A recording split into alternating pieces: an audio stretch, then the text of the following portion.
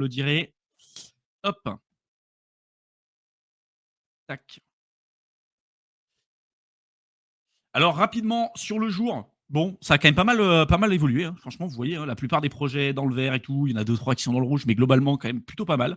Sur la semaine, très mitigé, même plutôt dans le rouge, parce qu'on avait eu une augmentation super haute ces dernières semaines sur la partie crypto avec le rebond sur le BTC et sur l'Ether, parce que vous avez vu la recovery de l'Ether, ça a été quand même assez fou par rapport au plus bas qu'on avait eu. Je crois que c'était vers 1300, 1400 $. Là, on a eu quand même une augmentation super intéressante. Sur le mois, dans le vert, vraiment sur les altes, vraiment dans le vert. Sur l'année aussi, par contre, c'est pas le cas pour tous les projets hein. Sur le vert. C'est-à-dire que les projets, alors XRP s'en est très bien sorti. On a eu SUI, on a eu TRX, Virtual, AV, Monero aussi. Monero, c'est principalement dû, vous vous souvenez, au hack d'un vétéran un peu crypto qui s'est fait hacker ses BTC malheureusement avec du social engineering et puis pour blanchir un peu le pognon, ils sont partis sur Monero.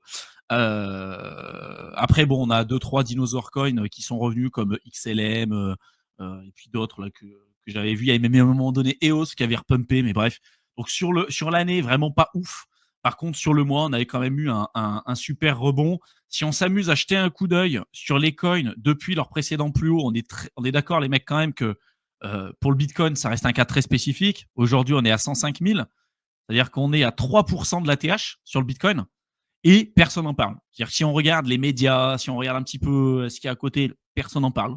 On a l'impression vraiment que c'est la folie. Il n'y a pas de requête sur Google, on en parlera un peu tout à l'heure. Il n'y a pas énormément de volume, il n'y a pas énormément de recherche, d'intérêt et tout. Par contre, évidemment, je pense que quand on va redépasser l'ATH, là, je pense que c'est un scénario quand même à avoir en tête. Il y a toujours des baissiers à mort, mais bon, pour moi, on est quand même assez proche de l'ATH, là, quand même, hein, 3%. Je pense que ça va s'accélérer rapidement. Par contre, évidemment, si vous regardez les alts sont toujours éclatés au sol. Il y en a quelques-uns qui ont sorti un peu leur épingle du jeu, surtout des nouveaux projets, à part quelques cas très particuliers comme Solana, qui faisait partie clairement de la licorne de ce cycle entre le plus bas et le plus haut. Mais globalement, la plupart des alts se sont fait dérouiller et sont toujours en train de dérouiller. Hein, pour les mêmes raisons que j'évoque depuis un certain temps. Dominance super élevée, des liquidités qui ne sont pas ultra intéressantes et super importantes. Donc au final, tout le contexte macro aussi qui fait qu'on n'a pas forcément envie d'aller prendre plus de risques que ça. Donc s'il n'y a pas énormément de liquidités, le peu qu'il va y avoir, ça va aller se parquer sur des plus grosses cryptos, en l'occurrence le BTC. Et comprendre également que ce qu'on voit là aujourd'hui, là je vois qu'il y en a beaucoup plus. Attention aussi, j'en reparlerai peut-être tout à l'heure si ça vous intéresse, mais en fait, on se rend compte que ceux qui ont le plus souffert jusqu'à maintenant sont ceux qui étaient sous-exposés, voire pas exposés du tout au BTC.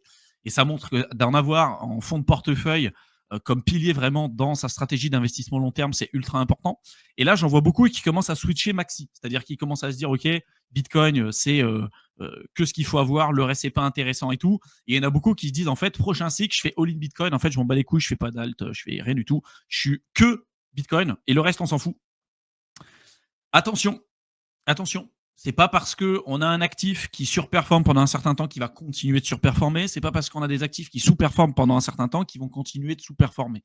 D'accord ? Il faudra faire le bilan à la fin du cycle et vous allez voir que tous ceux qui ont la casquette en général très maxi pour le moment, au moment où il y aura une alt season, si on en a une, vous verrez que cette casquette-là, pour beaucoup d'entre eux, ça va être jeté à la poubelle. Et évidemment, il y a des leçons à tirer de tout ça. Il y a des points importants à prendre en compte là-dedans, c'est-à-dire de se dire, OK, au final, le Bitcoin a très bien évolué. Et là, j'en ai pas mal souffert parce que les alts ont énormément dérouillé. Ils ont été dérouillés en dollars, ils ont dérouillé en BTC. On ne sait pas trop quand est-ce que ça va visiblement se terminer. Là, pour l'instant, il y a toujours des incertitudes d'un point de vue macro, principalement avec ce qui se fait avec Trump, mais pas que. Mais également, il y a la partie taux d'intérêt, il y a la partie euh, le fait de refinancer aussi les dettes aux États-Unis, en Europe, etc. Enfin, voilà, il y a pas mal de questionnements. J'en parle depuis des mois sur cette chaîne YouTube, donc je vais pas vous refaire le laïus. Mais évidemment, dans un environnement comme ça, la partie alt n'est pas celle qui est extraordinaire. Par contre, attention, ça ne veut pas dire que étant donné qu'on a eu ça jusqu'à maintenant, que ça ne peut pas switcher, vous allez voir que comme je vous l'ai dit depuis, ça faisait des mois que je vous le disais, des semaines et des mois que je vous le disais, je vous avais dit quand l'Ether était bas, que ça baissait, tout le monde s'y était désintéressé, qu'on était un Ether à 1300, 1500 $, Je vous avais dit que oui, éventuellement, on peut toujours corriger, on peut latéraliser, mais je vous avais dit qu'on était sur des niveaux où quand ça change, ça peut flipper et ça peut changer très rapidement, hyper rapidement. En un claquement de doigts, ça peut remonter et que dès que ça remonte, vous allez avoir tout le monde qui va commencer à retourner sa veste, qui vont décider de nouveau de reprendre des risques, etc. Et c'est ce qu'on a eu. Rapidement, l'Ether a pété, a pété des records. En fait, rapidement, en quelques bougies, en fait, les prix ont explosé à la hausse. Et là, on est passé de la peur à l'extrême grid, quoi, presque. En un jour et demi, quoi. Ça a été quand même assez fou. C'est pour vous dire vraiment à quel point les gens qui ont souvent des idées très préconçues sur le marché en vous disant non, mais c'est sûr qu'il va se passer tel truc, ou les mecs qui sont vraiment éternels baissiers, voire même éternels aussi, il y en a beaucoup. Bah, très souvent, quand ça pivote, quand le marché pivote, les mecs, ils n'arrivent pas à avoir des scénarios inverses et se protéger. Et au final, ils se prennent des dérouillés et ils se retrouvent complètement à l'écart du marché. Et là, au final, vous pourrez constater chez nous, dans la section commentaires, voire même globalement sur Internet, vous avez deux cas de figure. Vous avez ceux qui se sont placés, qui ont accepté la baisse, qui sont rentrés sur le marché, qui ont accepté le truc, ok, pas de souci, qui ont baissé leur coût d'acquisition moyen, qui ont une vision long terme tel qu'on le prédit, tel qu'on le préconise depuis des années sur cette chaîne. Et puis là, au moment où il y a une hausse, ils avaient tous ceux qui attendaient pour acheter plus bas et qui maintenant achètent un pullback, qui attendent un pullback parce qu'ils ils sont complètement à l'écart du marché, soit partiellement, soit totalement. Et évidemment, ça va jamais monter en ligne droite, hein, d'accord, hein. À chaque fois que vous avez des augmentations aussi fortes, vous allez avoir des corrections qui peuvent être aussi fortes. C'est pour ça que c'est important de prendre du recul, de se dire que c'est bon, on n'est pas encore sorti des sentiers immédiatement. On peut encore latéraliser pendant quelques semaines, peut-être même encore sur le mois de juin, pour ensuite repartir sur la fin d'année à la hausse. On verra. Pour l'instant, je pense que c'est encore trop tôt, même si ça reste très euh, très intéressant, en tout cas d'un point de vue technique, d'un point de vue fondamental, d'un point de vue investissement à long terme. Enfin, il y a quand même énormément de projets qui le sont aujourd'hui. Et surtout, je l'ai partagé sur Twitter dernièrement sur notre compte. Je vous avais mis un graphique, si j'arrive à le retrouver, d'ailleurs, je vais vous le montrer, ce graphique. Parce que c'est quand même assez fou. Et comme à chaque fois, vous vous rendez compte de ceux qui vendent. Bah là, en l'occurrence, c'est les retail et ceux qui ont accumulé sur des périodes comme ça depuis des mois, hein, c'est les gros profils, en fait, ceux qui ont de la thune. Regardez, je vais vous montrer sur ce que j'ai présenté tout à l'heure. Voilà. Regardez le graphique. Les retail et les large investors holding. Donc là, vous avez le cours du BTC en fait en blanc. En bleu, vous avez les large investors. Donc vous voyez quand même depuis juillet 2024, ça n'arrête pas d'augmenter. Et depuis novembre 2024, en fait, au moment où il y a eu la première baisse ou les premières prémices un peu de panique, novembre, décembre, janvier, bah, les plus gros qui ont vendu, c'est les retail. Donc en fait, on a les retail qui vendent et de l'autre côté, les baleines qui accumulent. Alors là, c'est sur le Bitcoin. Sur l'Ether, c'est exactement pareil. Et c'est pour ça que il faut toujours prendre du recul et de regarder qui dit quoi, de quelle manière ces personnes-là gèrent leur pognon, etc., etc. Parce que vraiment, regarder entre les lignes, on a un gros avantage par rapport à d'autres classes d'actifs comme les actions, l'immobilier ou ce que vous voulez. C'est que là, vous avez la dynamique on-chain. Vous pouvez suivre ce qui se passe on-chain de manière indélébile. Et du coup, il n'y a pas de mensonge. C'est-à-dire que les personnes qui vous disent non, mais c'est pas le moment d'acheter et tout, vous regardez, et au final, vous voyez que les baleines achètent et que les prix baissent, il peut y avoir de la manipulation un peu, tu vois. Alors que sur les actions, bon, ça existe. Nancy Pelosi, on sait très bien qui c'est cette personne-là. Il y a des délits d'initiés sur délits d'initiés. Elle est sénatrice, elle gagne quelques centaines de milliers de dollars par an, mais à chaque fois, à chaque fois, elle arrive à acheter au plus bas. Elle arrive à acheter des actions avant que ça pète. Bref, on sait très bien que cette femme-là fait des délits d'initiés. Et d'ailleurs, je crois qu'ils veulent instaurer une règle maintenant aux États-Unis, c'est-à-dire que si tu es sénateur ou que tu bosses au Congrès ou au Sénat, tu peux plus forcément, tu n'auras plus autant de facilité à pouvoir investir. En fait, je crois que tu n'auras même plus la possibilité de le faire. Il faudra voir concrètement comment ça se fait, si tu peux le faire d'un point de vue perso, plus le faire d'un point de vue perso, mais tu peux toujours le faire au niveau de la société. Et la plupart de ces gens-là achètent plus à niveau perso, ils achètent au niveau de leur société. Et bref, évidemment qu'il y a énormément de délits d'initiés là-dessus. Et vraiment, regardez ce que font les gens. Ce schéma-là et ce pattern, ça fait des mois qu'on vous le présente. Et malgré ça, on voit que le nombre de BTC et d'Ether sur les plateformes d'échange centralisées n'arrête pas de baisser. Ça, en général, ce n'est pas précurseur d'un bear market. Que le nombre de baleines n'arrête pas d'augmenter. Et qu'en l'occurrence, ceux qui ont vendu et plus à perte, c'est plutôt les particuliers. Évidemment, il y a eu aussi des prises de profit. Hein, d'accord, hein. Si on jette un coup d'œil sur la partie ETF, si je vous remonte le graphique, ça serait faux de dire que les investisseurs et ceux qui passent par des fonds comme BlackRock, Fidelity, et cetera, n'ont pas pris de profit. Évidemment qu'il y a eu des prises de profit, hein. Entre février 2025 et puis le plus bas qu'on a eu entre avril, début avril, mi-avril 2025, il y a quand même eu une baisse, hein, d'accord, hein. Il y a eu plus d'inflow que depuis le départ, il y a plus d'entrées que de sorties, mais quand même, voilà, il y a quand même eu une baisse. Mais là, regardez, hein, on est repassé au plus haut. On est à un plus haut historique sur le nombre d'argent investi via les ETF sur le BTC. C'est quand même assez fou, hein. Personne n'en parle. Et il y en a encore qui disent bear market, bear market, bear market. Bah, moi, aujourd'hui, les chiffres, à part d'un point de vue macro, où en effet, on peut se poser la question, euh, il y a quand même des incertitudes, il y a quand même des questionnements à avoir. Mais globalement, quand vous regardez non pas que ça, si demain, ce qui change, c'est la dynamique qu'il y a avec Trump et puis les tarifs douaniers, et on a vu ce que ça a donné, hein. Aujourd'hui, l'incertitude qu'on a, ça tient principalement à une personne, hein. Et on a vu rien que quand il a décidé de faire un tweet et de mettre fin pendant 90 jours aux tarifs douaniers, qu'est-ce qui s'est passé? Tout de suite, il y a eu un rallye. C'est-à-dire que à un tweet, le marché évolue à la hausse ou à la baisse. Le tweet d'un seul mec. C'est quand même assez fou. À tel point que les gens se disent, putain, est-ce qu'il n'y a pas de la manipulation? Mais évidemment qu'il y en a.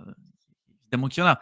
Il y a évidemment des questions à se poser, comme à chaque fois. On a toujours différents scénarios. On n'est pas à l'abri que on n'aille pas corriger, etc. Et ceux qui te disent, c'est sûr qu'on va partir en bear, ouais, c'est des gens qui ont tout le temps tort, en fait. Ils ont tout le temps tort. Ou ils vont te dire, si, moi, regarde, j'ai acheté du bitcoin à tel niveau, par exemple, à 100 000, et puis je l'ai revendu à 95 000 pour essayer de racheter. Mais en fait, tu fais du trading, tu fais pas de l'investissement long terme. Et d'ailleurs, je vous invite, tous ceux qui, euh, qui sont dans du trading, alors pas forcément dans la commu, parce que je sais que vous avez compris la leçon, mais pour beaucoup de gens qui vous parlent de trading, qui vous disent qu'ils font des belles perfs, etc., si vous avez l'occasion d'échanger avec ces personnes-là, moi j'en connais beaucoup en off et je ne donnerai pas de nom, mais si vous demandez les performances de ces personnes-là, parce qu'il y en a qui sont en crypto depuis longtemps, d'accord, hein, depuis 5 ans, 6 ans, 7 ans, 8 ans, 9 ans, peu importe, vous leur demanderez à ces personnes-là les performances qu'ils ont eues à peu près sur 9 ans, d'accord, depuis le temps qu'ils sont en crypto, et vous les comparerez à du simple buy and hold sur BTC. Vous vous rendrez compte que 100% de ces personnes-là font pas mieux que du buy and hold sur du BTC, voire même ils font moins bien. C'est sûr. Très souvent, ils font moins bien avec plus de stress, plus de volatilité, plus de tracas, etc. Et pour obtenir au final moins de performance, net de frais, parce que les mecs, ils vont te montrer un trade qui va marcher. Puis de l'autre côté, ils vont pas te montrer tous ceux qui ont pas fonctionné du tout. Donc voilà, vraiment, regardez entre les lignes ceux qui gagnent des thunes, hein, je le dis tout le temps. Les fondateurs de projets, les plateformes d'échange, les holders. Les traders se font éclater et c'est pour ça que les plateformes d'échange aujourd'hui sont aussi riches parce qu'elles prennent beaucoup d'argent aux traders. Voilà. Je le redis, je le refais parce que je sais que très souvent, il y en a beaucoup qui vont me dire non, mais moi, regarde, là, j'ai fait tel truc, j'ai short à tel niveau, j'ai long à tel niveau. Et je dis pas qu'en faisant du trading, on peut pas gagner de thunes tout le temps, d'accord, vous pouvez en gagner, mais attention, voilà, les statistiques sont contre vous. C'est un milieu avec des gens qui sont extrêmement bons, d'autant plus que maintenant, on a quand même des institutionnels. Et aujourd'hui, bah, vous jouez contre eux, en fait. Et donc, compliqué de pouvoir sortir votre épingle du jeu et regarder par rapport à quelqu'un qui aurait pu faire juste du buy and hold sur BTC, quelles sont ses probabilités de gain, même sur la suite du marché crypto, parce que la crypto sera là pour rester. Vous comparerez sur 20 ans plus tard, qui aura gagné le plus de pognon, celui qui aura acheté du BTC ou du DCA sur 4 ans régulièrement, ou la personne qui sera amusée à shorter, long, machin et tout. Parce que même si tu fais un bon coup, tu vas penser que tu es un génie, tu vas faire ça une deuxième fois, tu vas te faire éclater, tu vas tout perdre, et après, si tu n'as plus de capital, c'est ton outil de travail, hein. Si tu n'as plus de capital, tu ne feras plus rien. Donc je le redis, c'est important, mais on est reparti, vous voyez, hein, là on est clairement, on est un ATH hein, sur les inflows, sur la partie BTC, et regardez, hein, il y a très peu de sorties. On a des entrées qui sont quand même assez folles sur du journalier. 319 millions, 114 millions, 260 millions, 667 millions, 674 millions. Là, on a presque 100 millions de sorties, etc. Mais en fait, c'est les autres types d'ETF. Par exemple, souvent, c'est Fidelity, Bitwise, etc. Mais BlackRock, il n'y a pas un seul jour où ils sont pas dans le rouge, quoi. Enfin, où ils sont pas dans le vert, pardon. Ils font que rentrer. Il y a que des rentrées nettes sur la partie BlackRock. Sur la partie Ether, c'est plus ténu quand même, hein. D'accord, hein. Si on jette un coup d'œil sur la partie ETH, regardez, je vais zoomer un peu. Bon, déjà, les volumes n'ont rien à voir. D'accord, les volumes n'ont rien à voir par rapport à la partie BTC. On a quelques rentrées, mais globalement, on a aussi pas mal de sorties qui sont sensiblement équivalentes. D'accord. Si on regarde les inflows, on voit qu'on est passé en net positif depuis ouais, depuis début novembre 2024. On a atteint un ATH sur février 2025. On a eu une baisse jusqu'à avril 2025. Et là, on commence à repartir un petit peu à la hausse, on stabilise. Donc, on verra. Sur le Bitcoin, on est clairement reparti à la hausse. C'est pour ça qu'aussi la dominance, elle a explosé, hein. Bon, je vais vous le montrer là d'ailleurs maintenant, hein. La dominance là, ça aussi, ça me fait toujours rigoler. Dès qu'il y a une baisse, d'accord, dès qu'il y a une baisse comme ça, les mecs, ils te crient alt season. Là, le nombre de mecs que j'ai entendu, alt season, regardez, ça baisse, machin. Pour l'instant, c'est trop tôt. On n'est pas dans une alt season. Par contre, évidemment, dès qu'il y a une baisse sur la dominance du BTC, rapidement, en fait, sur les alts, on le voit. Regardez la bougie verte sur l'Ether. C'est quand même assez fou, hein. Pour ça, ceux qui s'amusent à se dire, moi, je vais faire du timing, bah, en fait, quand ça se retourne, ça fait très mal, hein. Là, c'est un x2 en quelques jours, quoi. Quelques jours. C'est quand même assez fou. Évidemment, ça peut corriger, évidemment, ça peut remonter, etc. Bon, on verra. Mais si vous dézoomez un peu, et c'est ça qui est quand même super, vous êtes clairement sur une zone d'accumulation en fait qui dure presque 4 ans. Si on prend le range entre l'ATH du cycle précédent, on va dire même les 4000 balles et puis le bottom d'ici, en fait, on est clairement dans un range. Ça fait 4 ans, un peu plus de 4 ans maintenant qu'on est dans un range, avec ici une belle poussée haussière. Donc on verra à peu près dans quel sens ça va aller. Et plus le prix d'un actif est compressé pour une période longue, plus il y a de chances et de probabilités d'avoir une continuation de la tendance. Et là, la continuation de la tendance, c'est évidemment à la hausse selon moi. Il y a le contexte macro qui fait qu'aujourd'hui, pour moi, c'est pas tout de suite gagné parce qu'on est toujours en quantitative tightening. Ceux qui vous parlent d'alt season simplement parce qu'il y a une toute petite baisse là de la dominance du Bitcoin ici et qui voient une bougie verte sur l'Ether alors qu'ils prennent pas en compte ce qu'il y a d'un point de vue macro, ce qu'ils prennent pas en compte les cycles de liquidité, etc. C'est usant quoi, au bout d'un moment. Sachant que des événements comme ça, on en a eu plein, d'accord. Regardez ici, on a eu une baisse bien plus importante que celle qu'on a eu ici, qu'on a eu là, et au final, on a eu une dominance du Bitcoin qui a continué d'augmenter. Donc, moi, c'est ce que je dis depuis un certain temps. On verra comment ça va se passer. Euh, a priori, il n'y a pas de raison de penser qu'on ait atteint un top pour l'instant, hein. On verra, hein, qu'on ait atteint un top sur la dominance du BTC. Voilà. Tout le monde crie dominance du BTC à topper. Sans doute pas. Regardez les inflows, hein. Là, sur l'Ether, c'est pas folichon. Si vous allez sur le BTC, c'est quand même encore énorme, quoi. Et on prend pas en compte, là, on prend que la partie Instit ETF. On prend pas en compte Sailor qui achète à tour de bras, le nombre de boîtes qui achètent à tour de bras. Enfin, vous voyez. Donc, voilà, moi, ce que je dis depuis un certain temps, c'est que le scénario le plus probable, c'est qu'on continue et qu'on vienne toucher ces niveaux-là. On verra si on les atteint, si on les atteint pas. Pour l'instant, je pense que c'est trop tôt pour avoir une confirmation de la cassure de la dominance du BTC. Si par contre on augmente là et qu'à la fin on vient clôturer en weekly en dessous sur des niveaux et que ça continue de cette manière-là, là on se dira en effet, d'accord. Mais attention, regardez, des moments on est carrément sorti du canal haussier, tout le monde disait là, regardez, cassure franche, on remonte une mèche qui vient retester cette zone à la base qui était une zone de support qui s'est transformée en zone de résistance et là on repart à la baisse. Là on se dit c'est bon, c'est reparti là, c'est la season. Et au final, non. Faux signal. Hop, ça repart à la hausse. Avec une bougie extrême qui est venue toucher des plus hauts, quoi.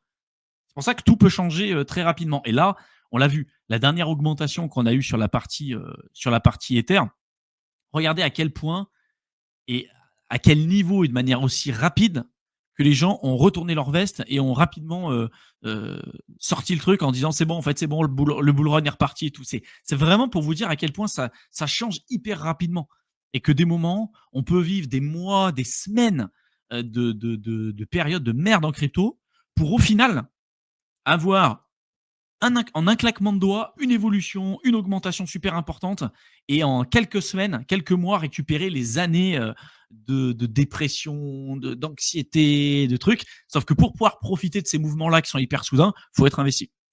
Et si on ne l'est pas, bah, malheureusement, ça va être compliqué.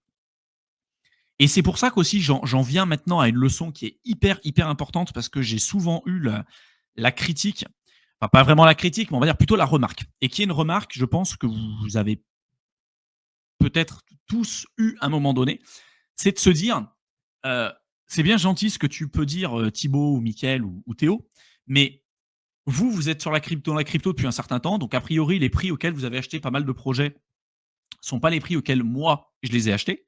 Donc, évidemment que pour vous, c'est plus simple de dire l'Ether, buy and hold, machin. Imaginez que l'Ether, vous l'ayez acheté, je sais pas, à 100 balles, 110 balles. Évidemment qu'aujourd'hui, dire aux gens, buy and hold, ne t'inquiète pas, à 2500, c'est pas la même chose. On est bien d'accord. Simplement, il y a un truc à prendre en compte. Déjà, toutes les positions ne se valent pas. Tu vas pas rentrer tout d'un coup à un bon prix. Déjà, pour acheter à 110 balles à l'époque, faut y aller. Hein. D'accord. Euh, à cette époque-là, il y avait même des vidéos qui sont encore sur YouTube, hein, où on disait qu'on accumulait dans des périodes comme ça, on se faisait insulter. Hein. Et c'était en plus dans des périodes où l'Ether avait clairement pas le vent en poupe. Hein. Il sortait du bull run du cycle d'avant. C'était le plus gros shitcoin de toute l'histoire. Personne ne voulait l'acheter. Hein. D'accord. Hein. Et en plus, tu l'achètes à 110 balles, ça monte à 200, et après, ça redescend à 70 avec le Covid, et après, ça remonte, etc. Enfin, je veux dire, en fait, ce que je vais vous expliquer, c'est que dans des périodes comme ça, déjà, pour en acheter, c'est hyper dur et que toutes les positions sont pas du tout sur ces niveaux-là. Il y a des positions que vous pouvez acheter même avant, mais au final, vous pouvez en acheter à. Moi, il y a des positions sur les terres que j'ai achetées en effet assez tôt. Puis il y en a d'autres que j'ai racheté à 1200, il y en a d'autres que j'ai racheté à 3000, il y en a d'autres que j'ai racheté à 1200, il y en a d'autres que j'ai racheté à 2500, etc., etc. Donc en fait, le coût d'acquisition moyen, évidemment, il a augmenté parce que le prix de l'Ether a augmenté. Mais pourquoi j'ai eu l'occasion aussi d'avoir une partie de mes positions en positif aujourd'hui et de pouvoir me dire, OK, bah déjà, cette partie-là, c'est plutôt peinard parce que je l'ai acheté bien avant, parce que j'ai accepté le risque à l'époque, ici, de l'acheter et de subir la volatilité à cette époque-là. C'est ça le truc. Et d'avoir une durée de temps et d'investissement qui est beaucoup plus longue que les gens. D'accord. Et c'est ça le problème, c'est que les gens, en fait, ils font pas ça. Ils se disent, moi j'achète là, je vais revendre là, je vais acheter là, je vais revendre là, je vais acheter là, je vais acheter là, je vais acheter là. En fait, ils vont faire tout un tas de trucs et ils vont à chaque fois augmenter leur coût d'acquisition moyen. Ils vont pas avoir de vision long terme. Ils vont pas accepter de subir cette volatilité sur le court terme parce que ça fait jamais plaisir hein, de voir son portefeuille dans le rouge comme on l'a eu ici, hein, par exemple. Hein. Mais imaginez que demain, vous ayez dans 15 ans ou dans 20 ans un Ether à 100 000 balles. Est-ce que vous en auriez pas rien à secouer d'avoir acheté un Ether entre 4 000, 1500, 2500, etc. Et les mecs, quand l'Ether sera plus de 10 000, 15 000 ou 20 000, on s'en fout dans les prochaines années, on ne sait même pas si ça sera sur ce cycle, les mecs vous diront, ouais, mais toi, tu l'as acheté à 2500 ton Ether. Aujourd'hui, il est à 20 000. C'est plus simple pour toi de me dire de buy and hold parce que toi, tu l'as acheté à 2500. Ouais, mais regardez, t'as combien de gens qui veulent l'acheter à 2500? T'en as combien qui voulaient l'acheter à 1300? Et donc, en fait, à chaque cycle, ça se répète. Et pour pouvoir être à l'aise, il faut évidemment se former, il ne faut pas faire n'importe quoi, et il faut accepter cette volatilité sur le court terme. Il faut accepter de se prendre des douilles, il faut accepter de se prendre des coups de tête et des coups de savate, parce que si on ne l'accepte pas, en fait, à la moindre volatilité, on va vendre, on va faire n'importe quoi. Et au fur et à mesure que le marché va augmenter, nous, on va constamment augmenter notre coût d'acquisition moyen et on va constamment être sujet à cette volatilité sur le court terme parce qu'on n'arrive pas à se détacher du bruit ambiant et de la volatilité à court terme. C'est hyper important. C'est-à-dire que les mecs, ils te disent bah oui, mais toi, c'est simple. Par exemple, tous ceux qui sont là, qui te disent bah oui, mais moi, toi, tu as de la chance, tu es rentré par exemple en 2016 sur du Bitcoin à, je sais pas, 200, 300 balles. On peut regarder le cours du BTC. Hein. Je sais plus à combien il était. Par exemple, à 2015. Voilà.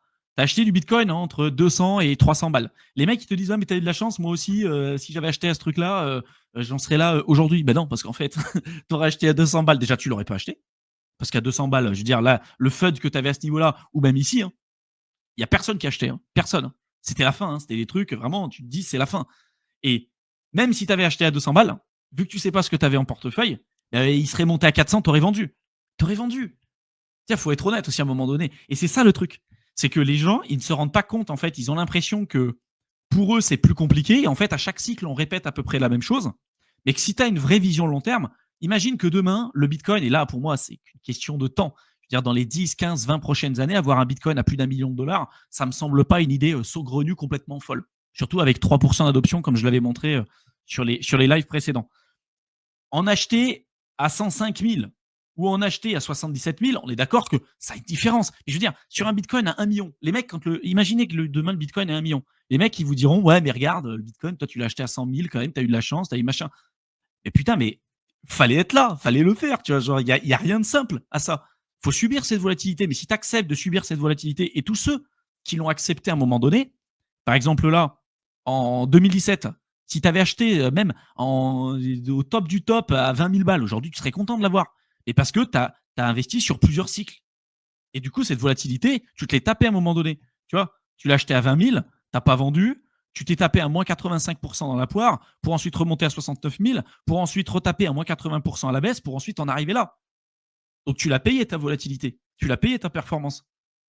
Mais tu es obligé de passer par là et aujourd'hui, évidemment, si tu l'as acheté à 20 000, bah, tu es largement dans le positif et la plupart des gens font pas ça. La plupart des gens, ils attendent un ATH, des confirmations, ils achètent hyper haut, après ils se prennent la première fois la grosse volatilité, ils vendent à la baisse, après ils rachètent pas quand il faut, être là parce que, bah, soit ils ont plus de thunes, soit ils se sont fait éclater, et cetera, ils sont dégoûtés et quand ça remonte, ils rachètent et du coup, ils n'arrêtent pas d'augmenter leur prix d'achat moyen parce qu'ils acceptent pas leur volatilité à court terme. Vous voyez? C'est hyper important de le comprendre ça, hein, d'accord?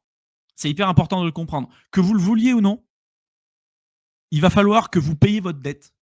C'est ça, le marché va vous demander une dette et pas une dette uniquement en termes de thunes. Vous faites pas de levier et tout, d'accord? Mais elle va vous payer une dette et cette dette, c'est la volatilité. Si vous ne payez pas cette dette sur le court terme, et des fois, court terme, ça peut être assez long, hein, les haltes, là, ça fait tirer la langue quand même, mais c'est ultra important. Parce que même si vous avez acheté certains projets, tu prends par exemple Cardano, le plus bas de ADA au cycle d'avant, c'était 1 ou 2 centimes. Le plus bas de ce cycle, je crois que c'est 20 ou 25 centimes. C'est presque 25 fois supérieur au plus bas du cycle précédent. Et je parle d'ADA, mais il y en a d'autres, hein, de projets comme ça, hein. Le BNB, c'était pareil, le Link, c'est pareil, l'Ether, c'est pareil, etc., etc. D'accord. Donc, mais tous ceux qui vont vous dire ah, mais toi aussi, c'est simple parce que toi, tu l'as acheté plus tôt, il faut leur rappeler quand même un certain nombre de choses. Dites-leur par quoi vous êtes passé, ce que vous avez dû subir pour en arriver là, parce que ça n'a rien de simple. Rien. Si c'était simple, tout le monde gagnerait des thunes en crypto. Hein. C'est pas le cas. Beaucoup plus en perdent. C'est pas pour rien. C'est parce qu'à un moment donné, vous allez tomber dans le rouge. C'est sûr. C'est sûr. À un moment donné, vous allez vous lever, vous allez voir votre portefeuille rouge. Sûr. Et qu'est-ce que vous allez faire à ce moment-là? Est-ce que vous allez recharger? Est-ce que vous allez rien faire? Est-ce que vous allez vendre? Est-ce que vous allez paniquer? C'est ça, en fait, qui va déterminer euh, finalement un peu vos résultats. Au-delà des projets que vous allez avoir en portefeuille. Hein. Si vous avez investi dans tout un tas de merde et que vous ne savez même pas ce que vous avez en portefeuille, ça va être beaucoup plus compliqué. Mais à un moment donné, il faut payer sa dette. Et si vous avez payé votre dette tôt et que vous avez un horizon d'investissement qui est vraiment long, d'accord? Et ça, c'est pas à faire n'importe comment, c'est pas sur tous les ALT, c'est pas sur tous les projets, etc. Mais évidemment que vous allez être beaucoup plus serein parce qu'on est quand même sur tous ceux qui te parlent même de bear market sur le Bitcoin. Quand vous avez une charte comme ça en log, pour moi, on est sur un bull market depuis la création du BTC en fait. Hein.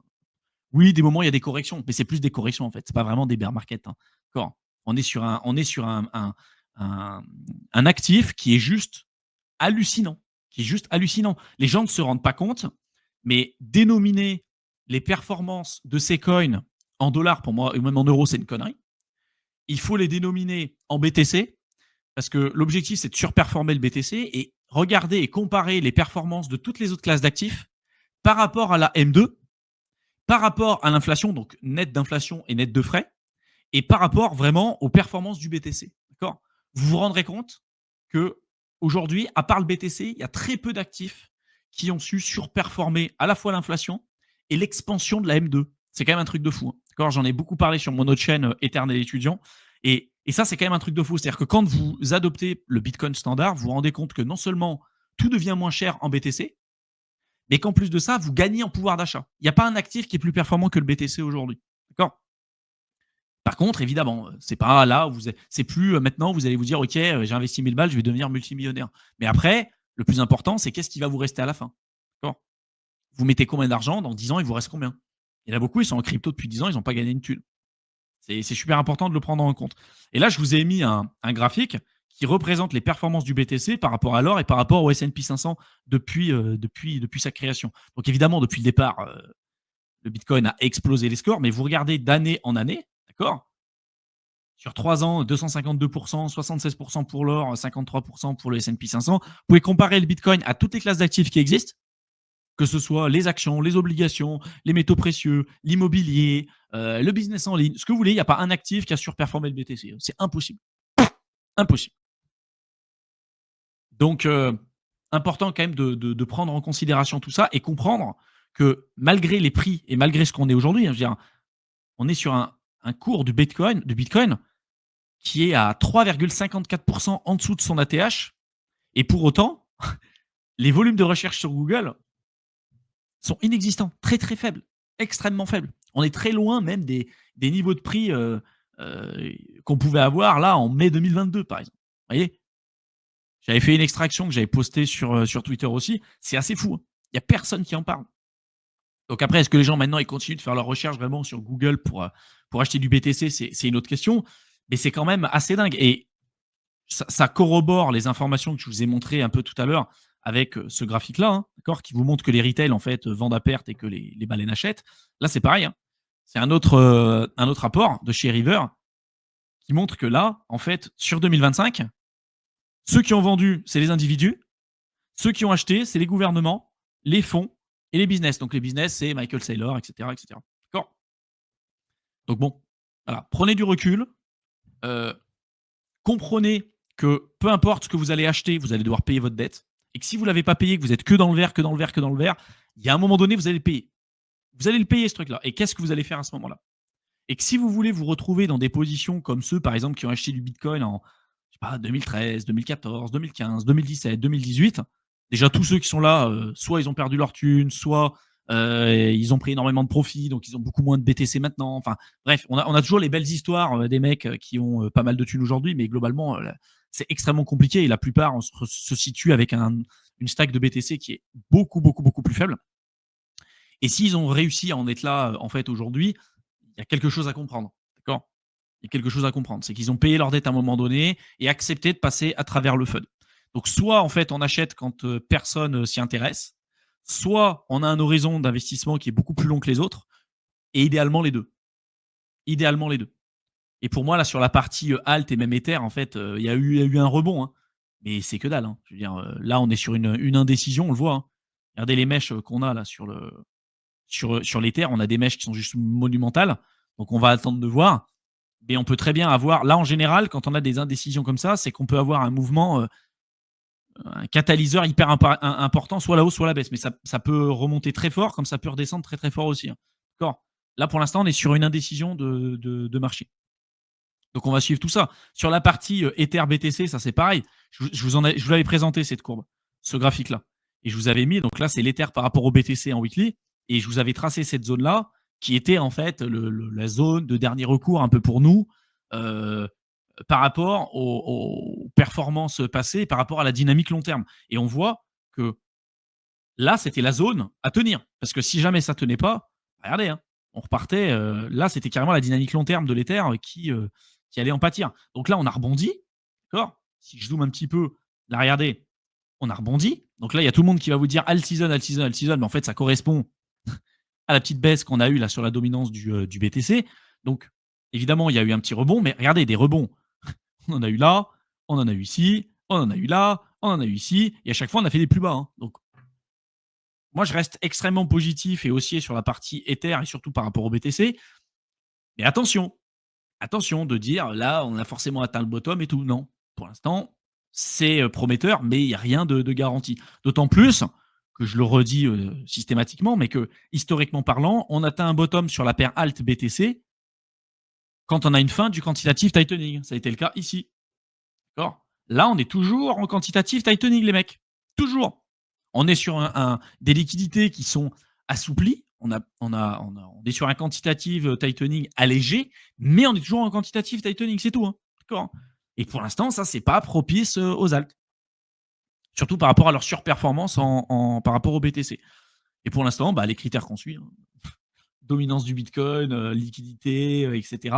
Alors, on a l'expansion de la M2, et pour l'instant, c'est quand même chirurgical. On a l'évolution de la M2 et le cours du BTC qui le suit de manière quand même assez folle. Mais attention, d'accord. Attention.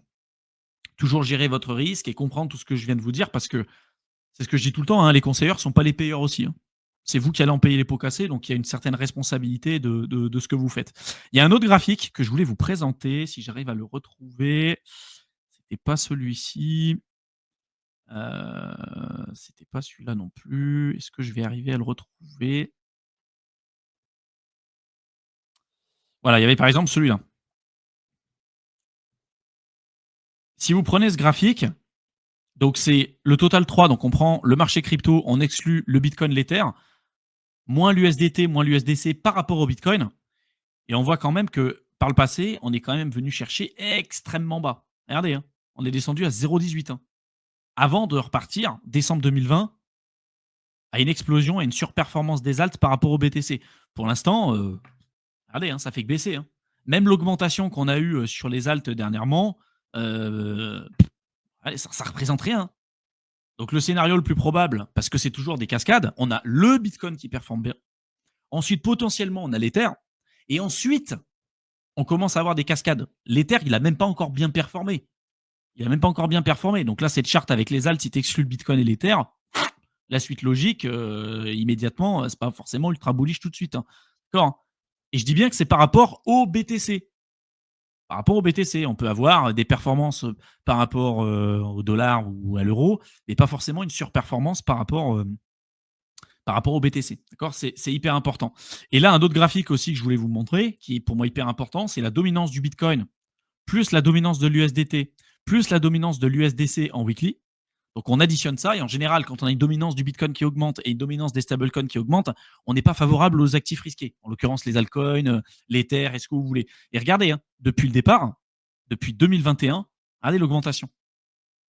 On n'est que sur une augmentation. Le top qu'on a eu avant d'avoir les cascades de liquidité, c'est fin 2020, début 2021. Regardez, on est venu chercher des mèches jusqu'à 76%, énorme, hein, pour ensuite avoir ça. Ça, c'est une alt season, d'accord. Ce que vous voyez là, ça, c'est une alt season. Ça, c'est de la merde. Ça, c'est de la merde. Ça, c'est de la daube, d'accord. Donc tous ceux qui crient alt season, alt season, alt season, c'est vrai que ça a tendance un peu à me gonfler parce qu'ils créent alt season en fait à un moment où dès qu'il y a un petit pump. Mais non. Et là, on est dans un range. Aujourd'hui, on est dans un range. Voilà. On a la borne supérieure, la borne inférieure. On verra. Mais pour l'instant, dans un environnement comme ça, avec surtout pas mal d'incertitudes d'un point de vue macro, encore une fois, on ne peut pas s'attendre à avoir des miracles. D'accord, les mecs. Les mecs et les filles, parce que je sais qu'il y en a de plus en plus aussi qui s'intéressent à la partie crypto, ce qui est plutôt cool. Mais voilà, pour l'instant, on en est là. Donc c'est prometteur. Moi, je reste encore extrêmement haussier pour la suite. Mais attention, attention, ça ne veut pas dire que tout est gagné. Il y a des confirmations. Et c'est un peu le problème aussi, c'est que quand on attend 10 000 confirmations, bah, le marché a énormément augmenté. Là, par exemple, on va bientôt avoir une Golden Cross sur le BTC. Pour autant, le cours, hein, regardez, hein, la Golden Cross, elle se forme, mais le cours, il a déjà pris 43%. Et c'est ça le problème en fait des indicateurs, c'est que des indicateurs techniques, c'est qu'ils sont toujours en retard. Et on en revient en fait de payer sa dette. Si vous attendez des confirmations, 50 000 trucs, évidemment, il ne faut pas acheter n'importe comment, il ne faut pas acheter des couteaux qui tombent et tout, mais si vous achetez n'importe comment, ou si vous attendez 10 000 confirmations, bah, en fait, vous allez acheter en général beaucoup trop haut. Et si vous n'êtes pas prêt à payer votre dette, au moment où ça va corriger, parce que ça va corriger dans 100% des cas, si on l'a pas prévu, on va commencer à capituler. Et à chaque fois bah, que le marché va augmenter, on va augmenter notre coût d'acquisition moyen. D'accord. C'est pour ça que la crypto, je le redis, accélérateur financier. C'est pas un moyen de devenir riche rapidement, c'est un accélérateur financier. Et vous, vous êtes là pour extraire une performance du marché. Vous êtes là, vous faites une extraction de performance de marché. Après, vous vous diversifiez, vous investissez sur d'autres classes d'actifs. Vous pourrez revenir en crypto, il n'y a pas de problème. C'est ce que je vous enseigne aussi sur la partie éternel étudiant. Mais voilà, d'accord, c'est hyper important de prendre tout ça en considération.